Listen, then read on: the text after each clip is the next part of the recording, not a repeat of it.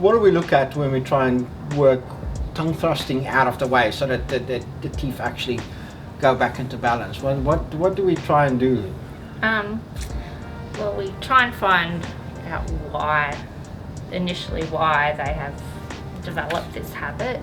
Are they thrusting because there's a restriction? Is it just a habit that they've developed over time? They might think that it's soothing for them, or that maybe they haven't developed a proper swallow since they were a baby because of their feeding habits or different types of things. There's a whole list. You could talk about it for hours. And I like to think of it as we become super sleuths to just try and get that.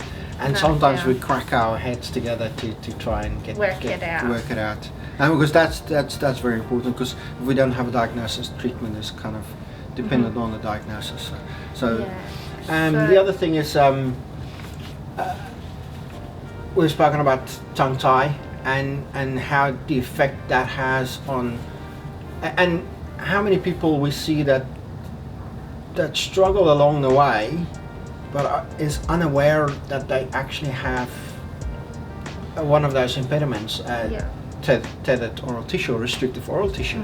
And we find a lot of those.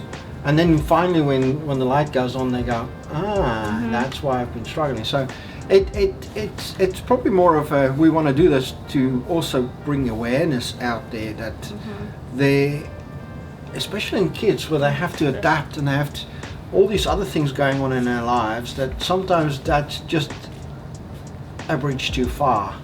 And then things come together when we start incorporating all these other modalities in. And that's what makes our life quite exciting, is we can actually make a difference. When you see someone who they've had this problem their whole life, particularly in adults, and they've never known about it, and then, like you said, the light bulb goes off, and then you start to see an improvement, and they're feeling better, and they're sleeping better. There's less craniofacial pain.